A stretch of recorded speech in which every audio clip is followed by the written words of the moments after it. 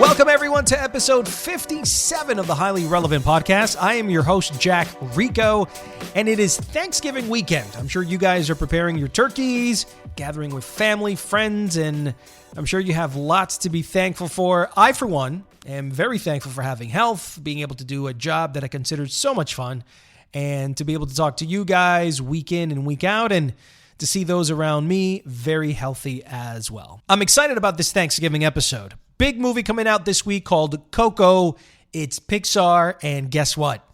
They have returned to form. I chat with Adrian Molina. He is the Mexican-American co-director of Pixar's new movie, and it is currently out in theaters right now. We discuss why Coco is not a Mexican film for Mexicans, and we talk about why it really is a film for everyone. Also, we chat with Mexican filmmaker Guillermo Arriaga. He is known for writing some of the best Latino movies this century, such as Amores Perros, 21 Grams, Babel. Well, now he's sharing all of his knowledge on screenwriting and directing in a new seminar in Los Angeles. He'll tell us what you can expect from this immersive workshop. And finally, we chat with Aimee Garcia, known for her role as Ella Lopez in Fox's Lucifer. She discusses with me season 3 of the show, plus reveals the time she got mugged, as well as hanging out with Ella Longoria, Gina Rodriguez, and other Latina actresses who are also affectionately called the Latina Mafia. I love it. It's a great interview, so keep your headphones on. This is the Highly Relevant Podcast.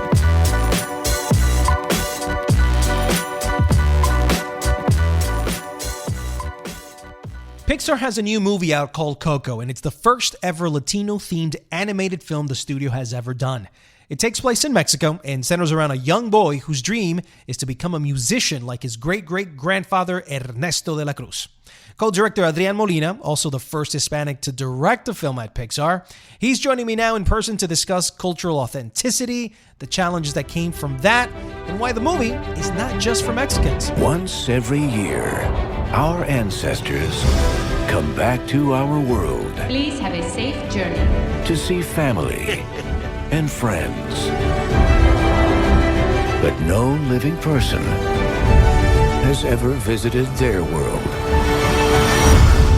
Until now. Adrian, how are you? I'm very good, thank you. You know, let's begin with the congratulations.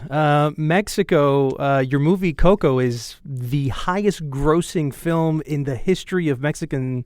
It's crazy. That is wacky. Because I know there's been a lot of challenges. I understand it's 6 years to just do this particular movie. Yeah. So much research that went into it to then finally get the Mexicans to embrace a movie that was not made in Mexico, it was made in the United States, but for a representation of the culture of Mexico. Yeah, it was always something where we, never took it for granted that anyone was what anyone was going to feel about this film, but we always approached it with the intention of wanting to, it's a film about a real place and a real tradition, and we wanted so much to represent that tradition faithfully and represent the people in a way that reflected the love they had for their families and for their culture. And it's also, my family and my culture, but...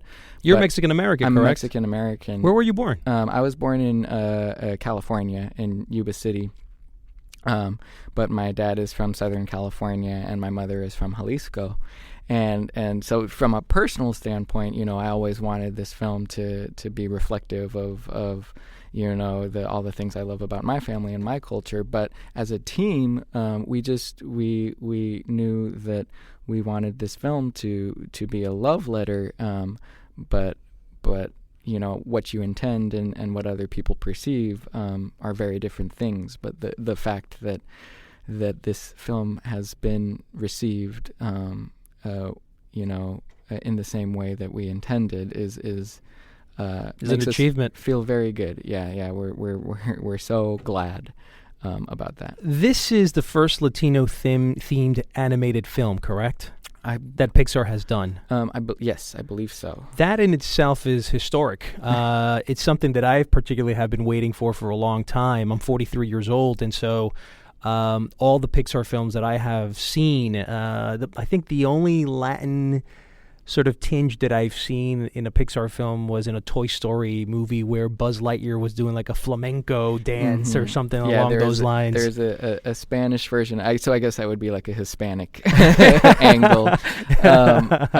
I think in Up, the Tepuis are inspired by South America. Is it Venezuela? But other than that, this is the one that really leans into a specific cultural angle. With so much underrepresentation of Latinos on screen, what was Pixar's initial motive to do Coco, and why has it taken so long for us to finally see a movie like Coco on the screen from Pixar? Well, the process at Pixar when we develop any new idea is it's always director driven. So this film, started with Lee Unkrich, and he, was familiar with Dia de Muertos, just in terms of the imagery and living in LA and seeing the celebration. But when he started thinking of maybe developing a film around the celebration, then he started to do a lot of reading and a lot of research and a lot of deep diving, and it became clear that within the celebration and the culture and the themes associated with the holiday, there was a really deep connection to this idea of family and the duty to remember your family and music and love and tradition and love and what it means to know your own story. And that's the type of thing from a storyteller standpoint that is very juicy material to create drama, to create a narrative. So it wasn't like it wasn't really born out of this thought of creating a particular story about a particular culture, so much as just the fact that it is a beautiful and captivating and unique tradition. That being said, as we approached making this film, doing the research, what was interesting is that it wasn't motivated by, some people think is like, oh, you're trying to capture a certain part of the Hispanic market, or oh, you're trying to there was no agenda behind it. There was no agenda behind it besides the fact that it was a beautiful tradition that spoke to something in the humanity in Lee Unkrich. Right. And I was drawn to the project, from the standpoint of one, I wanted to, explore the Mexican culture and narrative. I love working at Pixar, and we tell such beautiful stories, and I thought, oh yes, what a wonderful opportunity to, express some of my experience on screen. But you're also the first Hispanic director to be involved in a Pixar film as well. Yes, as a director, I believe that is also true. Another historic moment. Yeah. For directors and animators who are involved in something like this, because the thing about Pixar is it is the highest echelon of animation, probably in the world, and it's so great to see one of us in there, in a position of power to shape and influence stories like this. That all of those things, yes, are true. Again, the way I've always approached it has been just from the standpoint of loving to tell stories and depending on my own experience to help me do that. And that was true when I was working on Toy Story 3. It was true when I was working on Monsters University. I felt like I had a special connection to this story because of its Mexican roots, but we were also still doing the same things that we always do, which is trying to find this common humanity, this story that would be able to touch a lot of people, but it has been something that I'm very thankful for and very proud of, the fact that the studio always wanted to present this story in a way that people like me could be proud of, that the country of Mexico could be proud of, but that also had a really optimistic and important message for people who may be unfamiliar with this tradition and the family structure. that they would see something that they recognize. That's one thing that I did want to say. So, when we found out that Coco was coming out several years ago, there was this immense pride by a lot of Latinos. But then the conversation started happening, and the Colombians were like, hey, why can't we get a Colombian film, And talk about how this film really isn't about necessarily Mexico, and it's more about the universal themes of love, life, and tradition. And I really do want to emphasize the point that with this film, it was never an intention to create a definitive Mexican film or a film about Mexico for the sake of making a film about Mexico. It was a definite plus side in the process of telling this family about this story about a specific family. But for us, we knew that a large portion of the audience would need to be invited into this tradition so that they could experience what it has to teach on a global level, which is the importance of remembering the people who came before you, that duty that you have to keep their stories alive, and that is the method by which you stay connected to them. That is an idea that comes from a Mexican tradition, but that anyone can apply to their life to change their perspective and see the world in such a way that you become connected to your own history, you become connected to your own traditions, and it's really a really beautiful and optimistic and healthy way to look at the idea of death and the fact that it doesn't have to be an end if you maintain that connection through remembrance, through talking with your family. Those are always the things that we knew in the storytelling realm. Were our touchstones. Those are the things that, whether you're from Ohio, like Lee, whether you're from a Mexican-American family, whether you're from Japan or Russia or South America, this is the thing that everyone is going to connect to. Right. Let's talk about authenticity for a second. You guys are known as being hardcore people when it comes to getting it right. How long did it take in terms of research? How much traveling did you have to do? How much fact-checking did you guys have to do in order to get this right, to the point that you felt satisfied with, you know what, we don't need to research anymore? Yeah, we wanted to hit it from every angle and from very early on. So the moment that Lee got the green light to start developing this story, he and his core team at that point traveled down to Mexico for Dia de Muertos, and every year just about since then, some faction from Pixar has gone down to experience the holiday because... oh, that's cool. Yeah, because, and that's the thing, is this has been a 6-year process, and that's afforded us the opportunity, because this event only happens once a year, to see it over the course of many years. That's almost a decade. I mean, do you guys do anything in between those times, or? Yes, yeah. Okay. So in between times, we had a wonderful group of cultural consultants who, we've never done this at Pixar before, but wanted to invite people from outside the studio to be early part in seeing how the film is developed, because we wanted that insight, and we wanted the questions, and we wanted people to be very critical about what we were doing in the story. So you wanted the feedback to see what you could do right or what's going wrong. Exactly, because there were moments where our initial impulse wasn't quite on target, and so we wanted to encourage people to be brutally honest, so that we could have a film that by the end, felt like it showed with all honesty and in total faithfulness to the culture and the traditions what this is all about.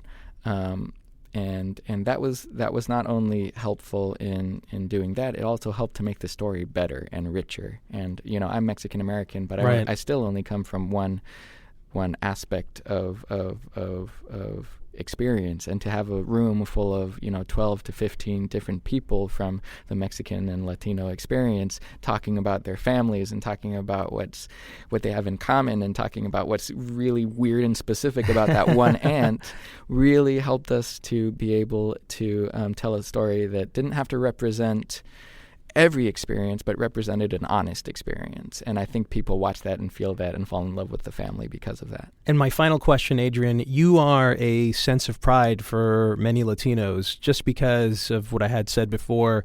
We rarely see Latino directors in animation at this level. Talk about the industry. How many directors do you know that are of Hispanic heritage that are working at Disney or are working, maybe you have colleagues in other places? I know Jorge Gutierrez is a Hispanic director. He's supporting this film as well. He did a movie called Book of Life.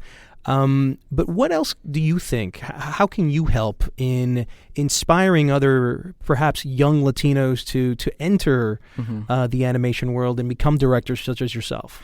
I think it's incumbent upon the directors who exist in the industry right now to recognize that there is a wealth of talent in voices of color, voices of all genders, and that it is it is only the studio's loss to not recognize that talent and foster it and allow really insightful people to tell really beautiful stories that connect. I know that there's a thirst in the audience. I know that there is the talent in the community. And what I love about working at Pixar, especially on a film like this, is it has been the opportunity for so many artists, not just me as a director, but so many artists from so many different backgrounds to blossom and show their skills and I can feel that there's this real appreciation for the fact that having a diverse set of opinions really makes your work stronger, and I've loved seeing that on this film. And my hope is that the audience comes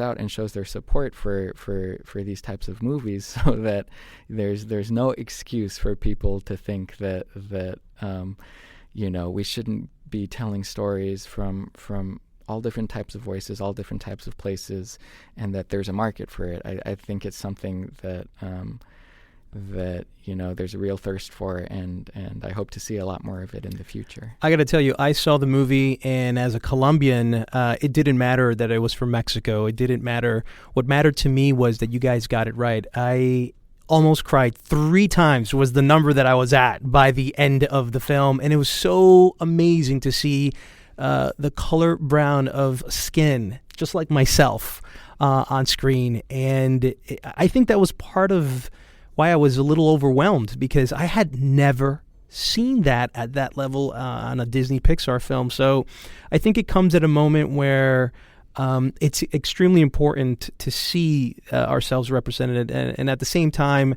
there's so much going on in the world that's negative. To see something full of love, life, and family, I think it's a great message. So Adrian, thank you so much for being on the Highly Relevant podcast this afternoon. Thank you so much.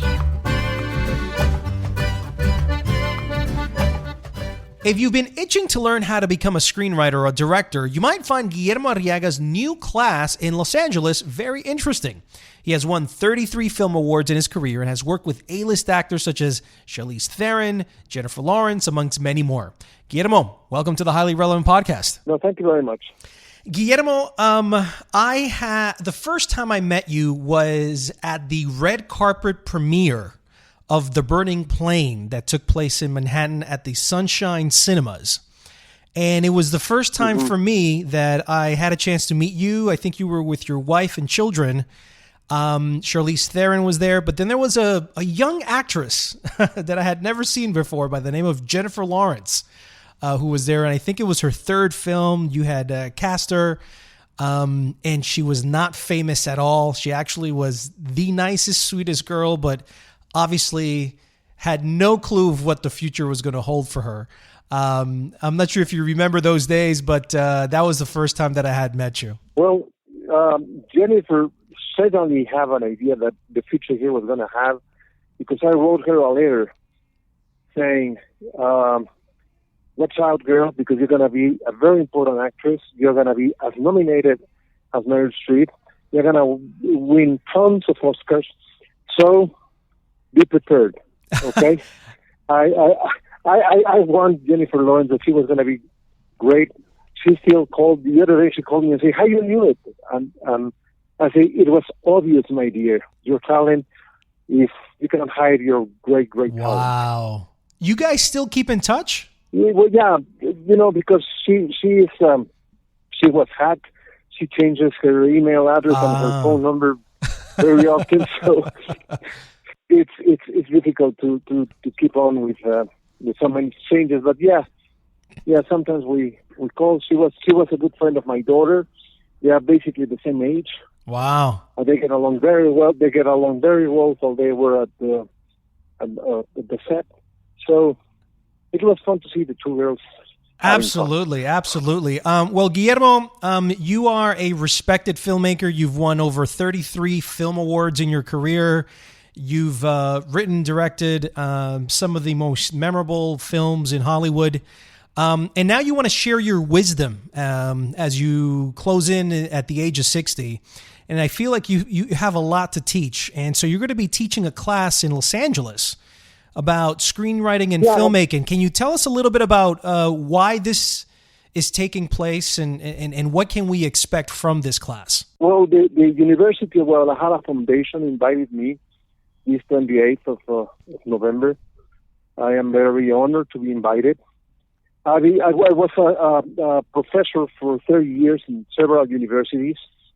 I've been teaching a seminar around the world in places like New Zealand, Australia, Brazil, Colombia, Argentina, England, Spain. So they invited me as part of the activities the University of Guadalajara is doing to favor the culture and the connection between Mexico and the United States. So I'm gonna be teaching this class. I'm going to be talking to people at 28. This is something that anyone can assist, from very seasoned, experienced writers or directors to young students or even housewives. Okay. What I'm trying to do because something, there are many housewives that they think their story is worth telling. So along the years, I have some dentists, politicians, housewives, actresses, actors. I want to tell a story. That's right. This same masterclass, exactly the same as the one I have in teaching, for example, to the global writers in Brazil. I've been hired to talk to filmmakers who already have 3 or 4 films on their backs. So it will work either for experienced writers to the very novice ones. I was going to ask you that. What topics in specific will you be covering in this class? Most of the writing seminars, they have a very tight structure. What I want to tell the people who will attend, the writers, is that the first rule of writing is that there are no rules. That every story has a different structure, that every writer has a different process, and it's about discovering this process. So I use my own experience as a writer, producer, and director, and I say, look, I wrote this and it doesn't work. Look how it develops with the actors in the scene. Mm-hmm. Or look, this one works. So I give tips that have been working for me. I explain my mistakes and why they were mistakes, or why they were good things to talk about. So it's opening my process to everyone and tell what it works and what doesn't. How long is the course, and will the course be in Spanish or English? It's gonna be in English. It's gonna be in English since I'm gonna be in LA. Mm-hmm. It's gonna be in English, and it's gonna be 6 hours long. One of the great things about this is that being able to sit down and talk to you is great, but being able to ask you questions is even better, because I'm sure that the process of writing and filmmaking and telling stories is very subjective. So as you said, there are no rules. So what rules will you try and establish, though, in the class? What I present to writers, more than rule, is ways to approach the material that will work for them. I want to free many people of these rigid kind of structures they have been taught, and to find ways and how to unblock the creativity. That's what I'm trying to do with this master class, to show that there are many avenues to write and how you can approach these avenues. Of course, there's this theory of the 3 acts that's very clear. And in this stage you have to do a turning point. In this stage you have to do another turning point. It's page by page. But I haven't used it in my life. Mm-hmm. So I want to tell people, there are these examples of how it can work. And you can always go to the 3 acts. If you feel lost, you can always go there. But if you want to explore, these are the avenues to explore it. Guillermo, right now as you watch, I'm sure you watch movies and maybe some television shows here and there. There's movies that fail and movies that succeed. What do you think is the secret to writing a great story? This is something that cannot be in your hands. Yeah, I think that you have to commit to write the story the best possible and shoot it the best possible way. But it's almost impossible to know what the audience is gonna like. This is even like politics. If you release your film 2 months before, it will be a success. 2 months later, it will be a failure. Right. You have the elections 2 months before, we have one kind of president. 2 months later, we have another kind of president. Because the social issues, they go so fast that they can change the luck of a film. So whatever is in your hands is to write the story as well as you can. And sometimes some films that were not successful at the moment, years later they become very successful for many reasons. I can tell you, for example, The Burning Plane was not a huge box office success. But since Jennifer became a very famous actress, it became a cult movie among Jennifer Lawrence fans. Right. So now it's worldwide acceptance of the film. It's a moment. It has been selling very well. So that's the kind of things that happen. So you better focus on telling the story the best way possible. By the way, speaking of great stories, you wrote a novel by the name of Escuadrón Guillotina, which you're finally going to return back to filmmaking to film it. And I understand it's a family affair. You haven't made a film since 2008. I know you've had some shorts. I know you've written some novels. But why did you take almost 10 years to make a feature-length film? Because I was writing novels. And the novel I wrote is called The Wild One, El Salvaje. It took me almost six years to write it. And I was completely immersed in it.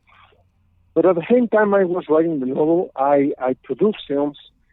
I produced a film called From Far Away, Desde Allá, a Venezuelan film which was the first Latin American film to win the Golden Lion in Venice. Mm-hmm. And I co-wrote the story of that film. I produced a film about religion called Works with Gods that has music by Peter Gabriel and has great directors like Aimee Garcia.known, Alex de la Iglesia, Héctor Babenco, Mira Naif. At the same time, I was directing short films to not to lose my directing, my fitness. Right. As a director. Your sharpness. So that's the reason I was like not making films, because I was writing novels. And novels, as any writer can tell you, it's a very jealous enterprise.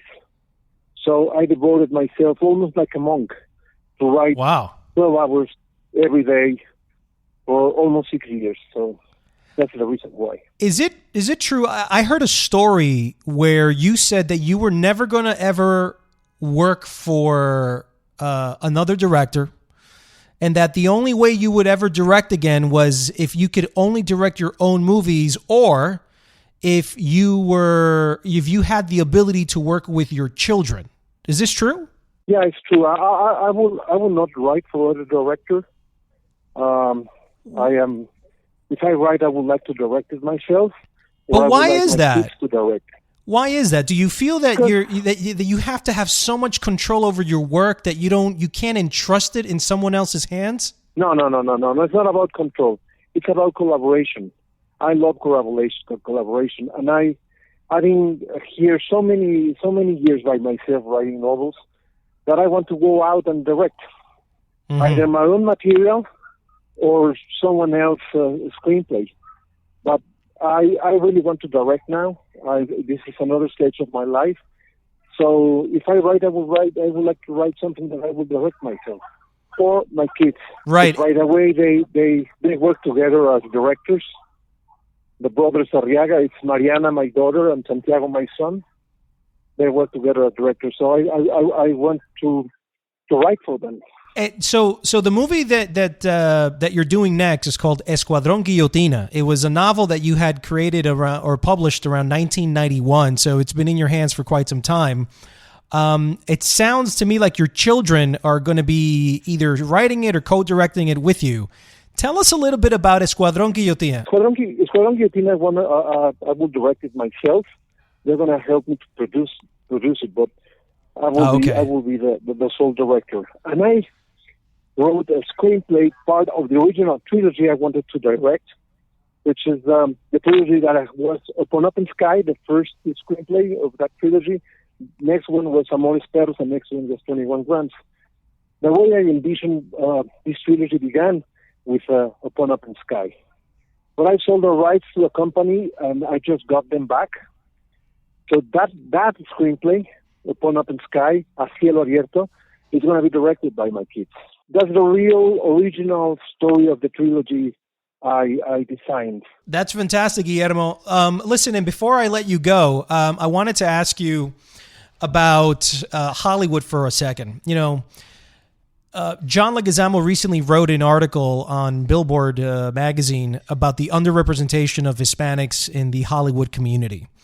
I know Mexicans have achieved probably the most amount of success out of every Latino culture out there, and they've done it in almost every major category, from best picture to directors to cinematography, etc. But the only one they really haven't done anything with or made any achievements has been in acting. Besides the acting, what else do you feel that the Latino community needs to do to improve or to be better represented year in and year out in Hollywood? Well, first of all, I think that the Latino community is growing. And when I say growing, it's not only numbers. I think it's growing in the impact of the culture, in the impact even of the food, in the impact of the economy, in the impact of the social relations. So the Latino community is having more and more and more power. And soon we're going to be stories that will depict with justice who we are and all the problems that the Latino community has in the United States. And the Latino community, not only as a whole, but as the different nationalities, because it's not the same experience of a Cuban who was running from Castro to a Mexican who went there because their parents were illegal aliens. It's a different experience. So I hope that the cinema and literature and art in general will portray the lives of these persons that are dreaming in the United States. Well, Guillermo, thank you so much for your time. And for everyone else that wants to take the class from Guillermo Arriaga, this masterclass on screenwriting and filmmaking, it's happening on November 28th at the Los Angeles Theater Center. The workshop's going to be done in English, and you can find more information online. Guillermo, thank you so much for being on the podcast, and looking forward to your new movie, Escuadrón Guillotina. Okay, thank you very much, Jeff.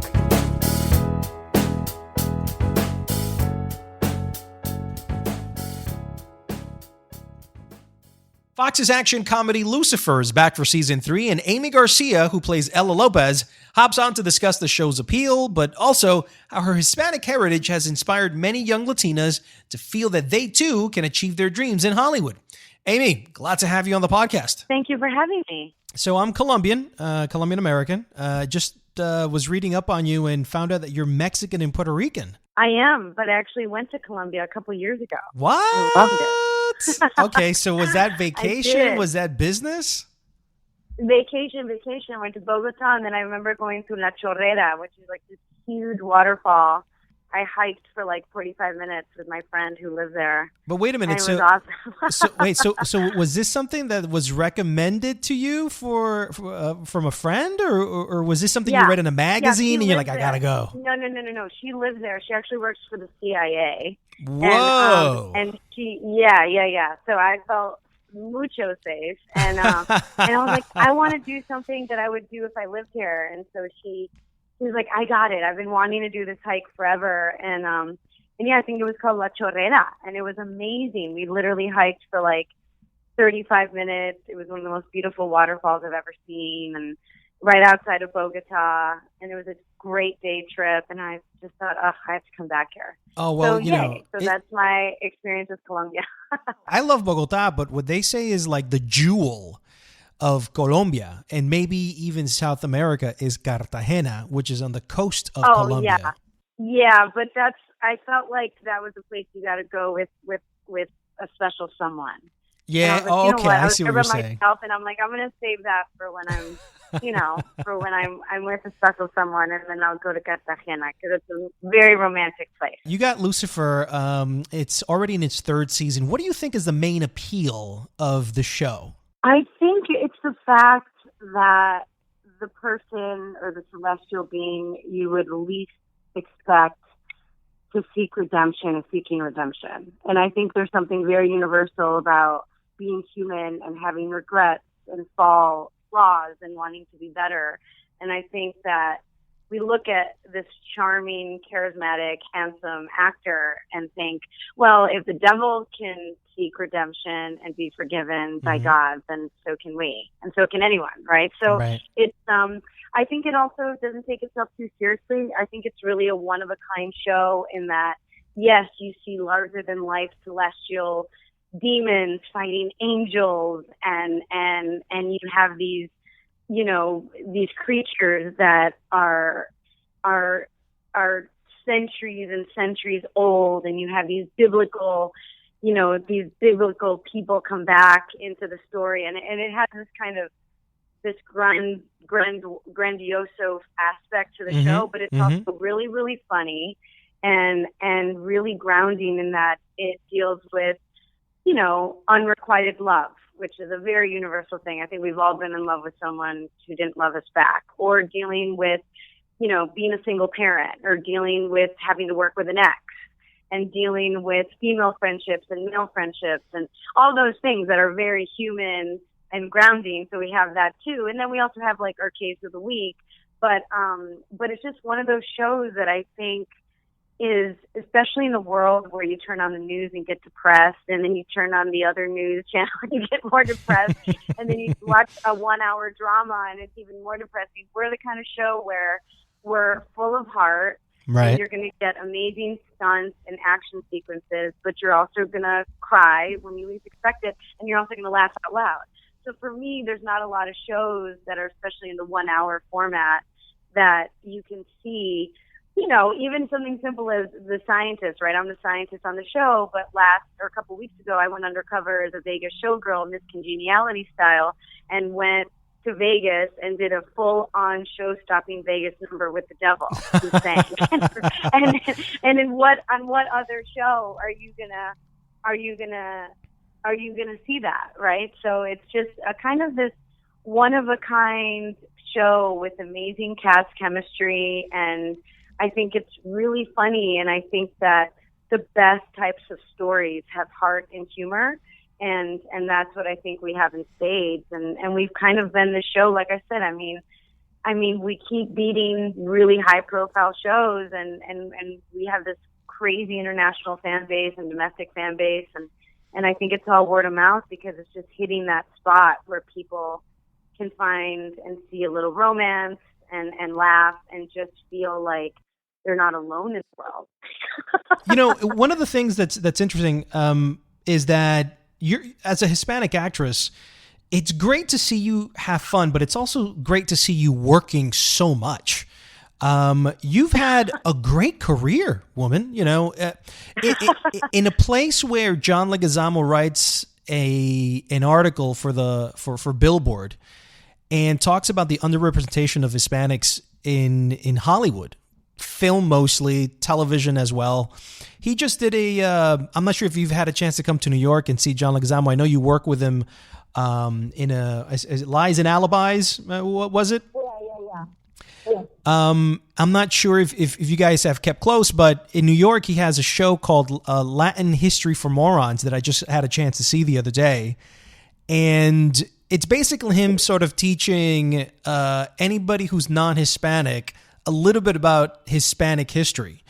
And the point of the whole thing towards the end of the show is it's great to be brown. It's great to be able to live in your skin, but also to be proud of who you are and not be judged or be invisible in the limelight. Because I think what happens, and I think his big beef was, what does he tell his kids when there are no Hispanics on TV, in media, in theater, in film, anywhere?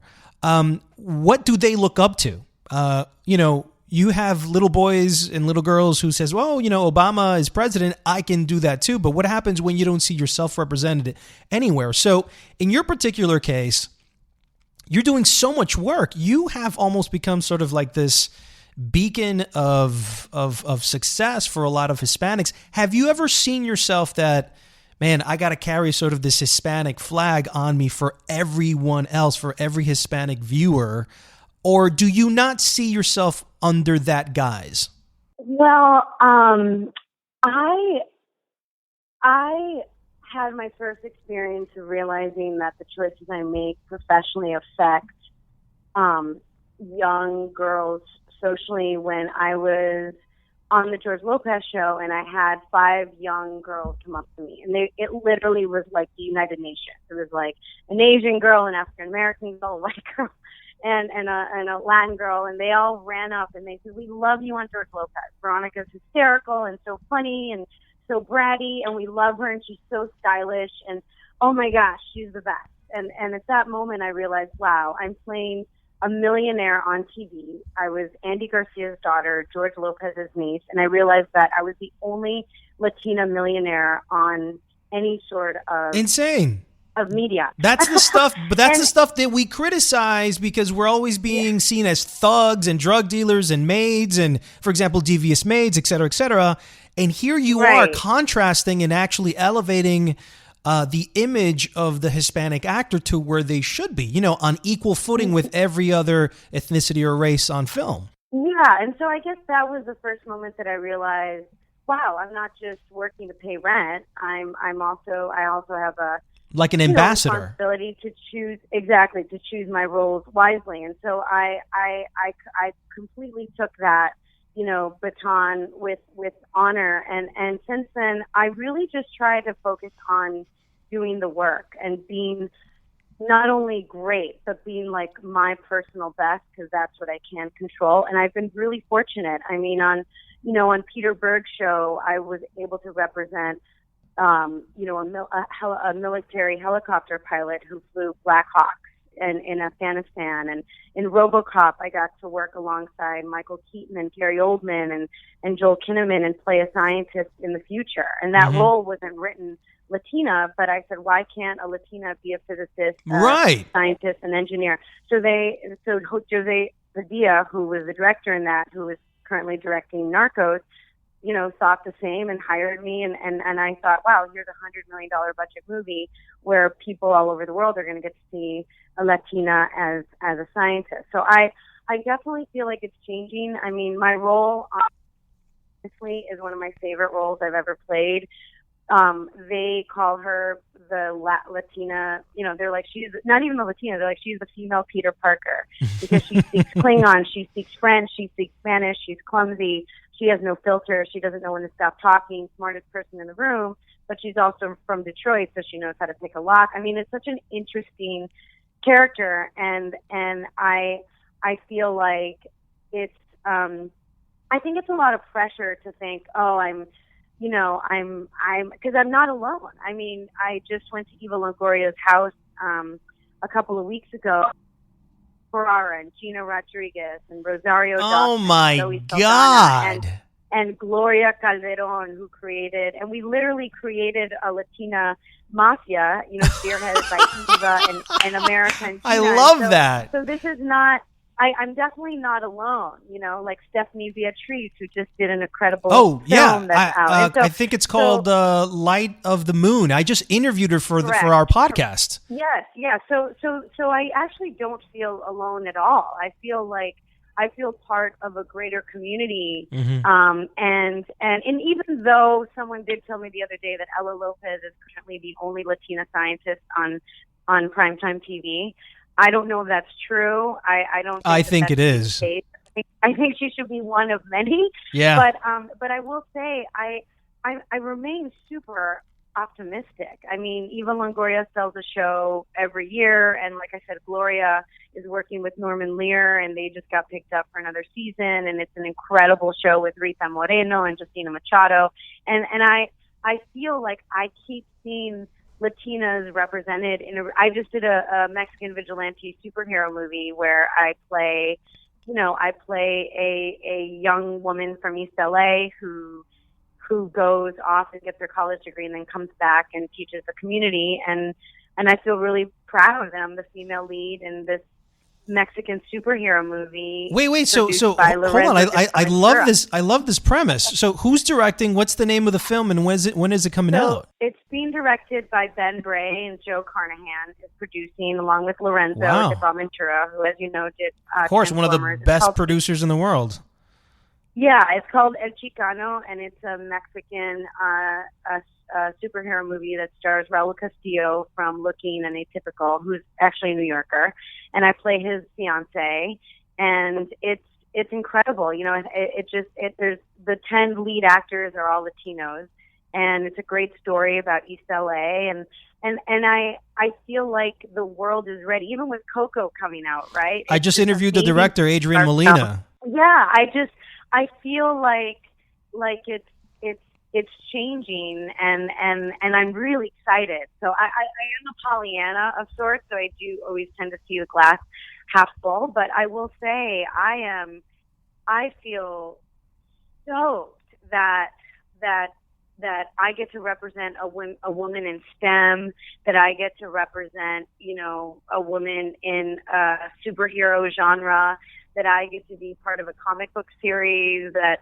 I just did a movie with Michael Shannon and Hilary Swank, and I get to play a doctor, and there's no reference of why I'm Latina and a doctor. I'm just a doctor. Right, that's the future, though. That's the future, when we start ignoring sort of ethnicity and races and culture, and the actor just becomes an actor, and there's no question of its history or anything like that. And it's going to take time, like you said, but you're actually experience it in real time, correct? Oh, 100%. I mean, like I said, Ella Lopez on Lucifer, when we go to Comic-Con, I mean, they dubbed her the avatar of the fans. So what that says to me is that she transcends whatever, nationality, whatever skin color she is, because she gets to play a woman who is not self-conscious, which I love more than anything. She's not defined by a romantic relationship. She's not defined by her sexuality. She's defined by her heart, job, her family, and her friends. And she's in her own lane, and she is her own person. And the amount of tweets that I get from men and women saying, thank you for beating to your own drum. Thank you for always hugging on the series and spreading love.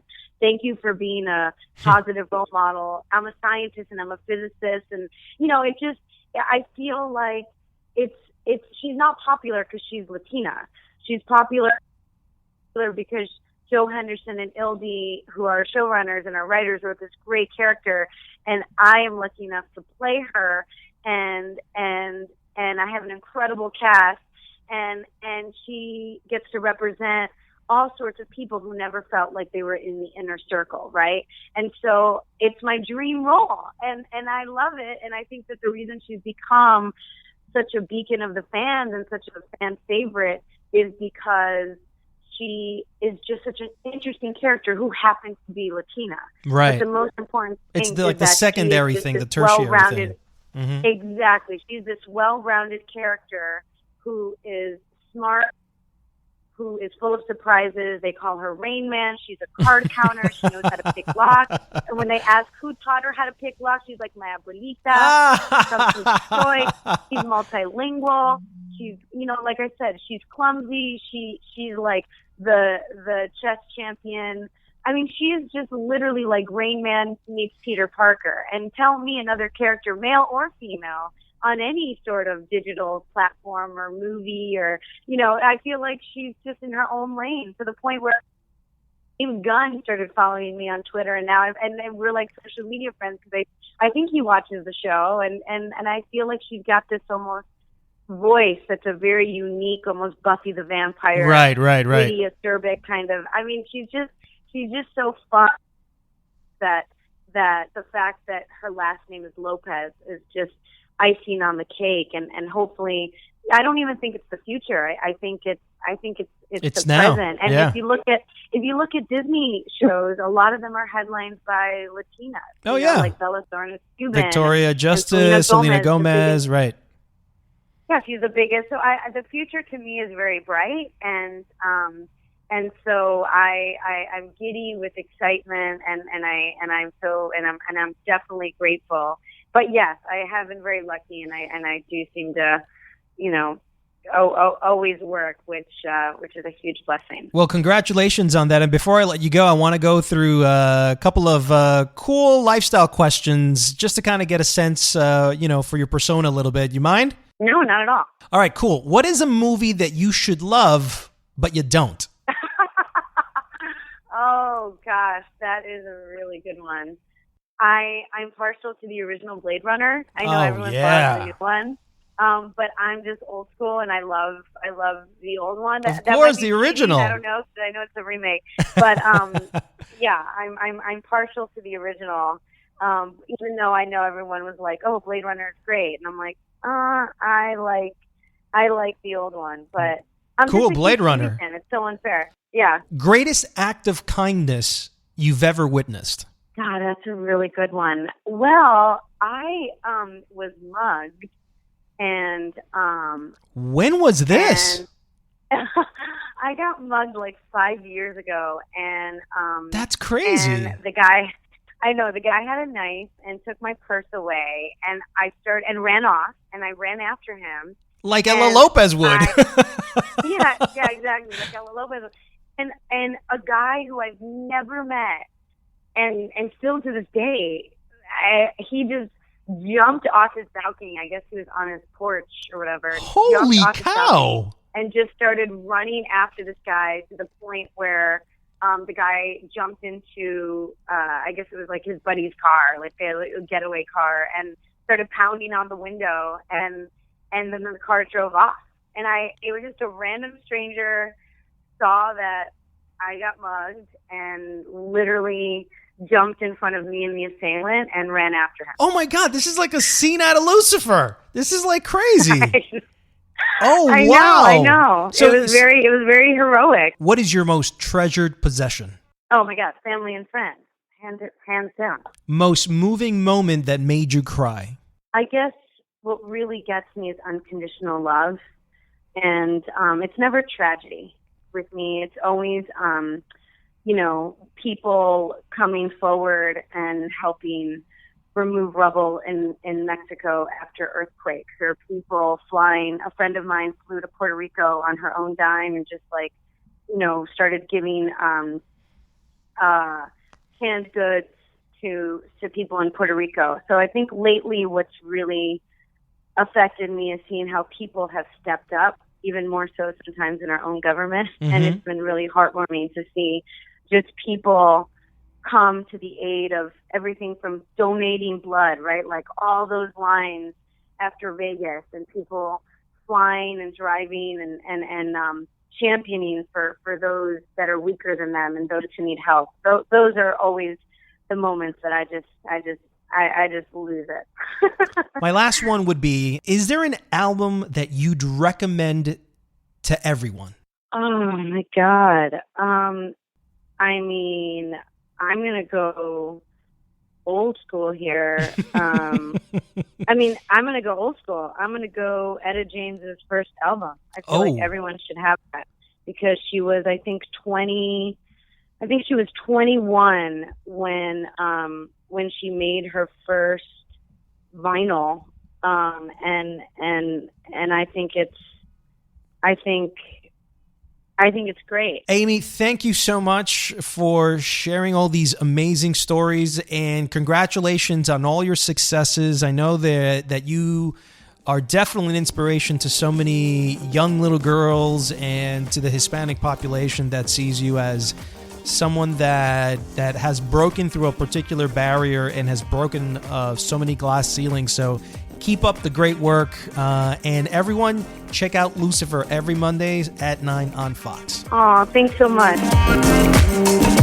That's it for episode 57 of the Highly Relevant Podcast. I'd like to thank Adrian Molina, Guillermo Arriaga, and Aimee Garcia for taking the time out on this Thanksgiving weekend to join our humble show. And thank you guys for listening from your favorite streaming platform, wherever you may be. I'd love to hear from you. Send me your questions or feedback to highly.relevant@showbizcafe.com. That's highly.relevant@showbizcafe.com. Also, if you like this US Latino podcast, please share it on your social media apps. Tell your friends all about it. If you can, have them subscribe to the show. Hope you enjoy your Thanksgiving weekend. Stay connected with us via showbizcafe.com. And see you next week on another episode of Highly